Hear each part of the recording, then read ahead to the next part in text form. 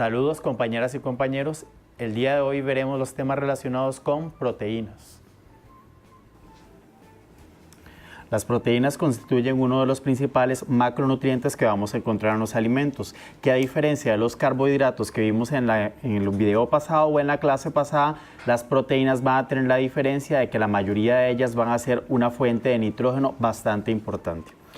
Las proteínas las vamos a encontrar en los alimentos, las podemos encontrar en forma estructural. Hay una gran cantidad de proteínas que nosotros podemos encontrar en los seres vivos. Algunas cumplen funciones estructurales, otras cumplen funciones de transporte, otras cumplen funciones en la replicación del ADN. Existen cualquier cantidad de proteínas que nosotros las vamos a encontrar tanto en el reino vegetal como en el reino animal. E igual en los alimentos, para nosotros, tanto el reino vegetal como el reino animal van a funcionar como una fuente de proteína. Una de las principales, o más bien, una de las formas, o prácticamente la forma como se obtienen las proteínas en los diferentes seres vivos es a través de la replicación, que es lo que vemos aquí. A través del ADN, que nosotros ya conocemos de cursos anteriores, que es aquel que porta toda nuestra información genética, vamos a tener ciertos procesos de transcripción para venir a obtener a partir del ADN lo que es el ARN. Una vez que ya tenemos el ARN, por otros procesos de traslación o de traducción, vamos a tener nosotros lo que se llama las proteínas o la síntesis de proteínas. Estos son mecanismos bioquímicos que ocurren a nivel celular que nosotros no le vamos a dar tanta importancia para efectos de este curso, pero sí van a ser las formas en las cuales obtenemos las proteínas tanto para el reino animal como para el reino vegetal. Algo que es muy importante es que las proteínas se encuentran en los alimentos. Para que una proteína que se encuentre en los alimentos sea considerada de real interés en los alimentos, ¿verdad? O sea, que realmente nos interese el contenido de alimentos o el contenido de proteínas en ese alimento, tenemos que tener que la proteína sea aprovechable desde el punto de vista alimenticio, o sea, una proteína alimenticia. ¿Cuáles son algunas características que van a tener estas proteínas alimentarias?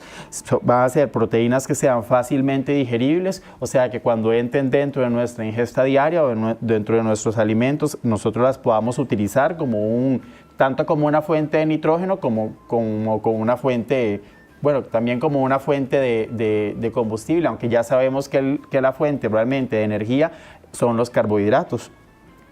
Que además sea, además de ser digerible, ¿verdad? Que no sea tóxica, obviamente, ¿verdad? Que obviamente no funcione como un compuesto que sea bueno en nuestra dieta, que sea nutricionalmente adecuada, que tenga buena biodisponibilidad, o sea, que realmente nosotros obtengamos valor alimenticio a partir de ellas, que sean funcionalmente útiles en los alimentos y que además sean disponibles en abundancia. Uno de los problemas que hay, sobre todo en países subdesarrollados actualmente, es que las fuentes de proteína muchas veces no están al alcance de todas las poblaciones y eso es un problema de nutrición bastante fuerte, que obviamente un curso de nutrición son temas que se deberían tomar en cuenta. Pero algunas proteínas de carácter vegetal tal vez no tienen la buena o la misma biodisponibilidad que van a tener otras proteínas que sí provienen de los animales, ¿verdad? Sí provienen del reino animal. Pero esta biodisponibilidad y además esta abundancia son factores que tenemos que considerar nosotros al momento de poder clasificar una proteína como una proteína que tenga importancia alimenticia. Todas las proteínas van a estar constituidas de un montón de unidades pequeñas llamadas aminoácidos, que son estas que vemos aquí. ¿Qué son aminoácidos? Que es algo que vamos a dibujar en color rojo de este lado. Es un carbono que va a estar unido tanto a un grupo amino, NH2, recordemos de cursos pasados que el grupo amino, vamos a ahorrar esto porque no quedó muy bonito, 2 que está aquí, un grupo amino que ya lo vimos en cursos pasados, NH2, simplemente un grupo funcional que contiene nitrógeno y además dentro de su estructura también va a tener un ácido carboxílico, COOH, y además dentro de su estructura también va a tener un grupo R y un grupo H. Este aminoácido que acabamos de dibujar aquí es una forma genérica de los aminoácidos, no es que todos los aminoácidos tengan la misma forma, porque obviamente si todos los aminoácidos tuvieran la misma forma y la misma composición, toda toda la gran cantidad de proteínas que nosotros podemos o tenemos, no sería posible tenerla. Entonces todos los aminoácidos van a diferir por eso. Ahorita más adelante los vamos a ver, principalmente porque todos tienen tanto el grupo amino, todos tienen el grupo carboxilo, todos tienen el hidrógeno, pero difiere en este grupo que está aquí, que es el grupo R. Ese grupo R va a ser importantísimo, porque de acuerdo a ese grupo R van a variar todas las características químicas que va a poder tener los aminoácidos. Tanto las características químicas como también las características físicas, ¿verdad? Si los tuviéramos aislados. Entonces, estos aminoácidos van a diferir uno de los otros, tanto en polaridad como en su capacidad de poder formar puentes disulfuro, en su capacidad de poder ser solubles en agua o no ser solubles en agua, ¿verdad? Van a diferir también en su punto de fusión, punto de ebullición, en la pKa que pueda tener cada uno de los grupos terminales de ellos. Todos van a diferir de acuerdo a este grupo R. Estos aminoácidos se van a unir entre ellos por una reacción una formación de un enlace peptídico, que es el que vemos aquí. Vamos a borrar un poquito de esto para que se vea mejor. Entonces, a partir de este aminoácido 1 que tenemos aquí, de este aminoácido 2 que lo tenemos aquí, veamos que en el caso del aminoácido 1, este grupo carboxilo, que sería el carboxilo terminal, va a venir a unirse a este grupo amino del aminoácido 2 para la formación de algo que se llama un enlace peptídico. Peptídico que propiamente después va a dar péptidos en alimentos, que propiamente después los péptidos se van a convertir en proteínas, pero este es el primer tipo de enlace tipo covalente que vamos a tener. Eso es un enlace covalente, o sea, un enlace que comparte electrones, ¿verdad? Recordemos ese concepto, en el cual nosotros a partir de eso vamos a tener esta formación de este enlace peptídico. ¿Cómo clasificaríamos de acuerdo a la química? Bueno, de acuerdo a las reacciones químicas, ¿cómo clasificaríamos nosotros esta reacción? Como una reacción de condensación. Recordemos que esas reacciones de condensación son aquellas en las cuales nosotros perdemos agua, y aquí veamos que sale esta agua que está aquí, y esta agua sale a partir de ¿quién? A partir de la pérdida de esta. Vamos a volverlo a poner. Fijémonos en el aminoácido 1. Veamos que este aminoácido 1 tiene este OH que está aquí. Y este aminoácido 2 tiene este H que está aquí. Esos son precisamente el oxígeno y los dos hidrógenos que se van a perder para la formación del agua. El mecanismo no lo vamos a ver aquí porque es un mecanismo sencillo, pero no es parte de lo que vamos a evaluar aquí en el curso. Además que ustedes ya lo tienen que haber visto en los cursos anteriores que cubren la materia de química orgánica. Pero básicamente una reacción de condensación es la que nos va a tomar dos aminoácidos y los va a unir para la formación de un enlace peptídico, que propiamente después va a darnos dipéptidos, péptidos mayores y después proteínas y después hasta llegar a tener unidades enormes y enormes y enormes de proteínas. Aquí abajo en esta última imagen vamos a ver nosotros grandes fuentes de proteína.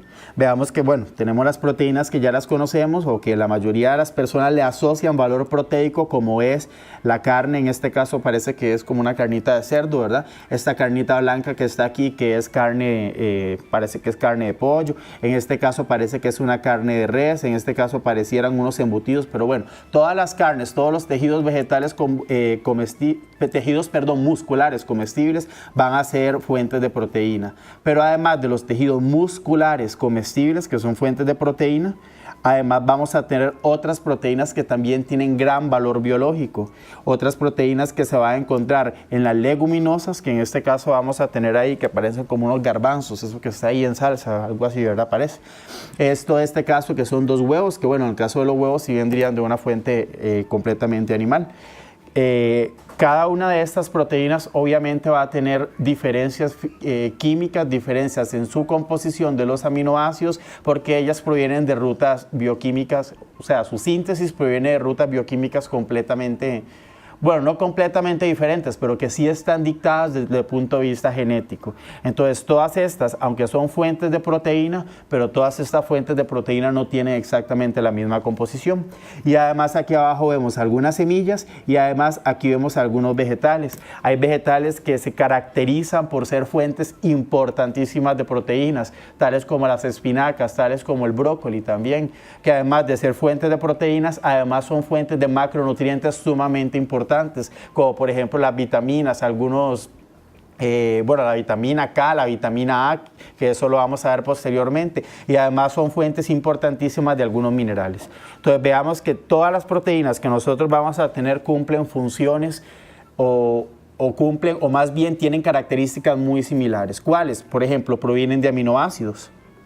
Además de provenir de aminoácidos, todas se encuentran en ciertos alimentos, pero sin embargo también tienen diferencias importantes, diferencias que conforme vaya pasando este video y los demás videos que vamos a tener relacionados con proteínas, vamos a ir viéndolas.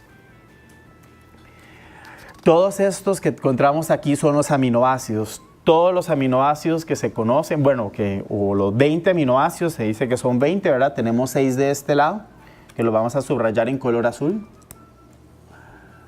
Otros 6 de este lado, ya llevaríamos 12, que los vamos a subrayar en rojo. Además vamos a tener aquí 3 de este lado, que vamos a subrayarlos en negro. Entonces ya tendríamos 6 y 6, 12, y 3 más tendríamos 15. Otros, aquí los vamos a subrayar de nuevo en azul, serían 18, y otros que de nuevo los vamos a subrayar en rojo, ya tendríamos 20. Todos estos aminoácidos comparten una característica que ya lo dijimos anteriormente. Este grupo amino y este grupo carboxilo. Recordemos que gracias a ese grupo amino y gracias a este grupo carboxilo podemos tener reacciones de condensación para la formación de enlaces peptídicos. Gracias a ese grupo amino y gracias a ese grupo carboxilo, todos estos aminoácidos van a funcionar como pequeños bloques que se van a ir uniendo uno con otro, con una secuencia que está dictada desde el punto de vista genético, que es específica para cada animal, para cada tipo de proteína, para un tipo de célula que hace una cosa, un tipo de célula que más bien crea estructuras. O sea, hay cualquier cantidad de código genético ahí involucrado, que obviamente no vamos a entrar en eso, pero todo eso se va a unir gracias a estos dos que están aquí, ¿verdad? Eso es lo maravilloso de la química, ¿verdad? Todo lo que uno puede hacer. Entonces veamos que todos estos aminoácidos que están aquí sí van a diferir por una cosa, que está subrayada en rosado, que es el grupo R. Y gracias a ese grupo R nosotros vamos a poder tener grandes diferencias entre los aminoácidos. El aminoácido más sencillo de todos es aquel en el cual el grupo R es simplemente un átomo de hidrógeno, que es este aminoácido que está aquí, que es la glicina.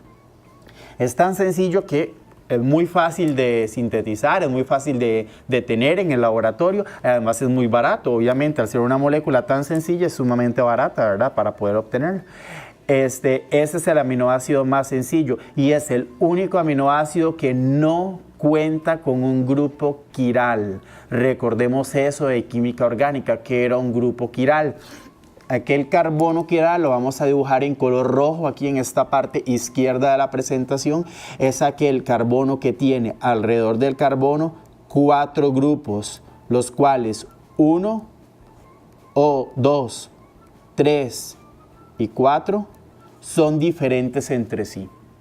Si nosotros tuviéramos 2, por ejemplo, este Z que está aquí abajo, esta fuera igual a la otra, a este X, o sea, tanto el de arriba como el de abajo fueran exactamente iguales, ¿qué sucedería en ese caso? En ese caso sucedería que ya no tendríamos un grupo quiral. Entonces, ¿qué es un carbono quiral? Aquel carbono que sus 4 o los 4 dominios que tiene alrededor son exactamente son completamente diferentes. Ese es un grupo quiral. Entonces, ¿qué tenemos nosotros aquí? Que la glicina es el único en el cual el grupo R, veámoslo aquí, vamos a borrar un poquito en negro, eso que está aquí en negro. Este grupo R es un hidrógeno y resulta que aquí también hay otro hidrógeno. Entonces ese carbono que está ahí ya no es quiral. ¿Eso es un problema? No, no es un problema, pero simplemente tenemos que saber que la glicina es el único el único aminoácido, disculpen, que no es quiral. Después de eso, en todos estos, el grupo R cambia. Entonces sí aparece la quiralidad en todos. Este primer grupo que subrayamos en azul, que es aquí donde está la glicina, este primer grupo que lo volvimos a subrayar en azul, es aquel grupo de los aminoácidos no polares. ¿Y por qué no polares? Porque si nosotros nos fijamos en ese grupo R, esto es un metilo, Aquí también hay puro carbono e hidrógeno. Aquí también hay puro carbono e hidrógeno. Aquí también hay carbono, hidrógeno e inclusive un azufre, que tampoco, el azufre tampoco es que le vamos a poner o lo vamos a asociar con una gran cantidad de electronegatividad. Entonces también se clasifica ahí como no polar. Y aquí también hay puro carbono e hidrógeno. ¿Y qué recordamos nosotros del carbono e hidrógeno de grupos pasados? Que el carbono e hidrógeno son compuestos o forman más bien cadenas que se me parecen mucho a los hidrocarburos. Y recordemos que los hidrocarburos tienen una polaridad muy baja. ¿Qué es un compuesto con una polaridad muy baja? Aquel que recordemos que se comporta diferente al agua, que el agua sí tiene una gran polaridad. O sea, que no tiene átomos, en el caso de los no polares, no tiene grandes diferencias de electronegatividades entre sus átomos, entonces tienen características no polares. Entonces, todos estos compuestos o todos estos aminoácidos que subrayamos aquí en color azul, más bien tienen entre ellos características muy diferentes que las del agua, más bien no son tan parecidos estos grupitos rosados que acabamos de subrayar aquí.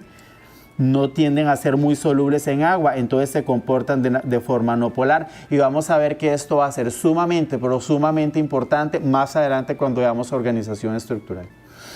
Acá abajo tenemos polares. En este caso de los polares, vamos a volver a subrayar en color rojo. En este caso de los polares tienen la característica de que, por ejemplo, esta serina tiene oxígeno.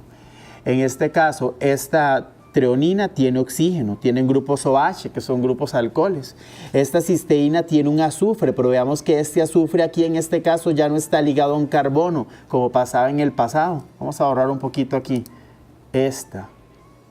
La metionina, que veamos que el azufre sí está ligado a un carbono. En el caso de la cisteína, el azufre está como grupo terminal, entonces ya eso le da unas características químicas bastante diferentes. Entonces eso hace que la polaridad de ese azufre esté suficientemente disponible para poder formar un tipo de fuerza que vamos a ver más adelante, que en este momento no la vamos a ver. Que hace que podamos clasificar como un aminoácido de polaridad importante. Además aquí vamos a tener la prolina, que tiene además dentro de su grupo R un nitrógeno. Aquí vamos a tener la asparagina, que tiene oxígeno y nitrógeno, y aquí vamos a tener la glutamina, que también tiene oxígeno y nitrógeno.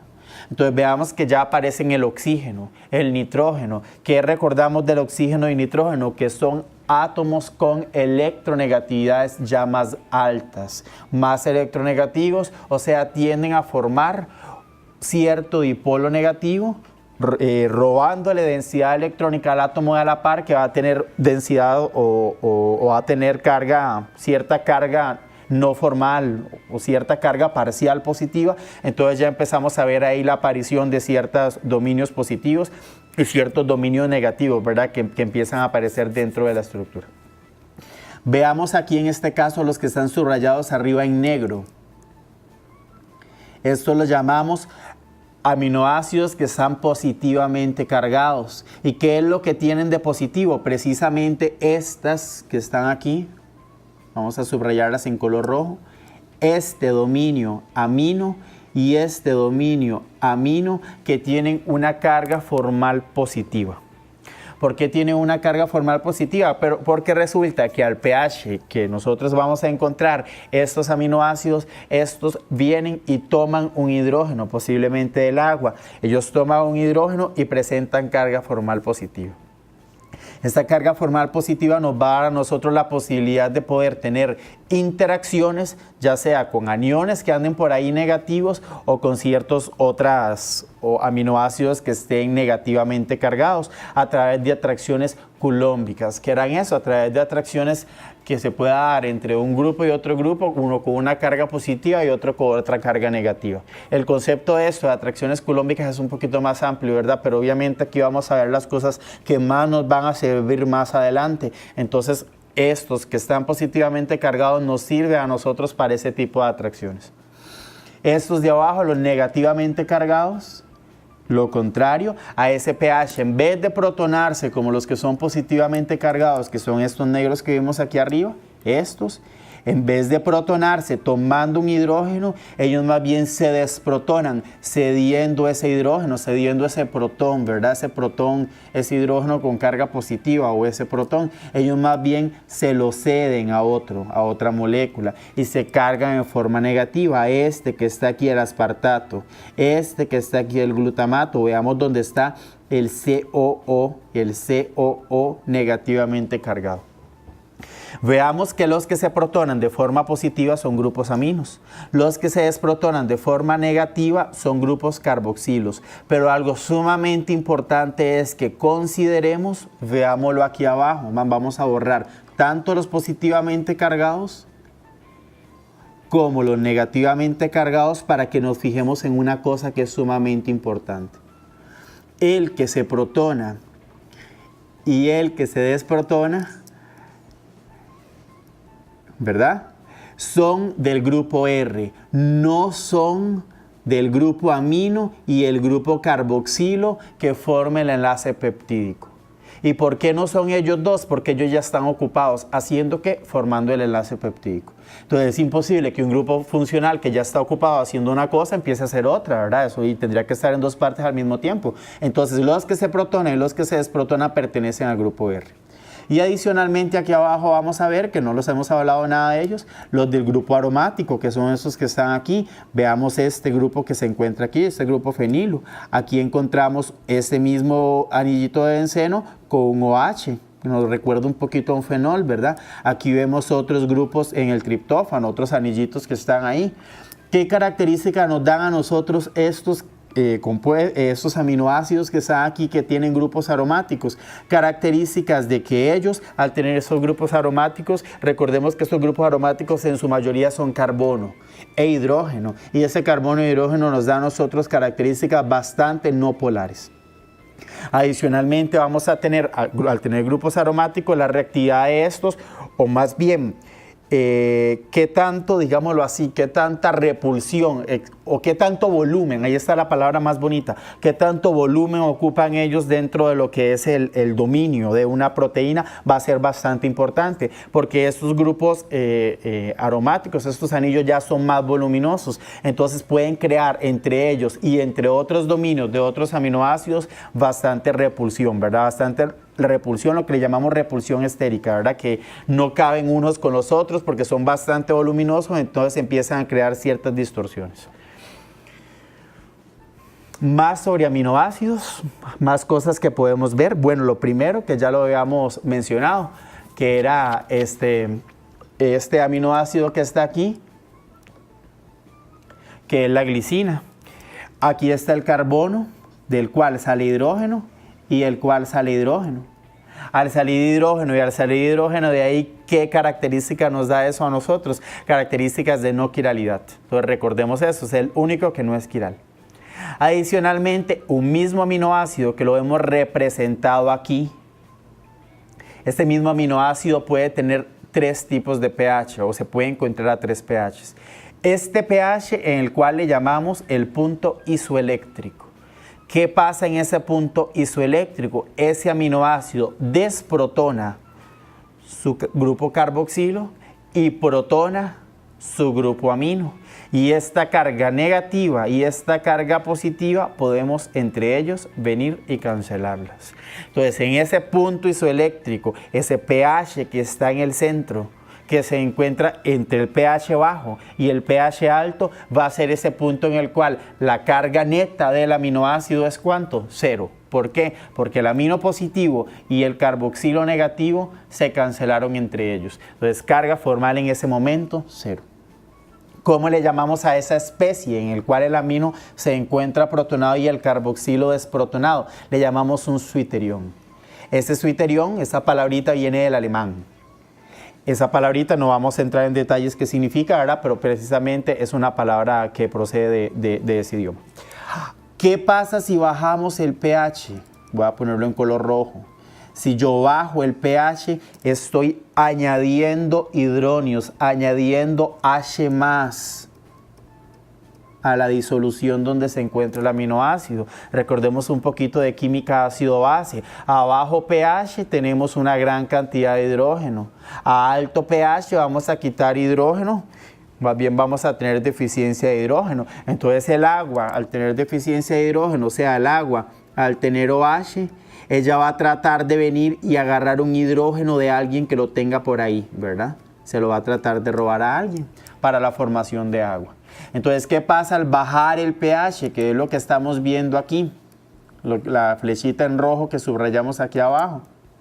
Al bajar el pH estamos añadiendo hidrógeno. Entonces, tanto el carboxilo toma hidrógeno y la carga negativa desaparece, como el amino también toma hidrógeno y aparece una carga positiva. Entonces, ¿qué pasa? A un pH más bajo que el punto isoeléctrico para un determinado aminoácido. Recordemos que el punto isoeléctrico es este, que lo vamos a volver a subrayar en azul.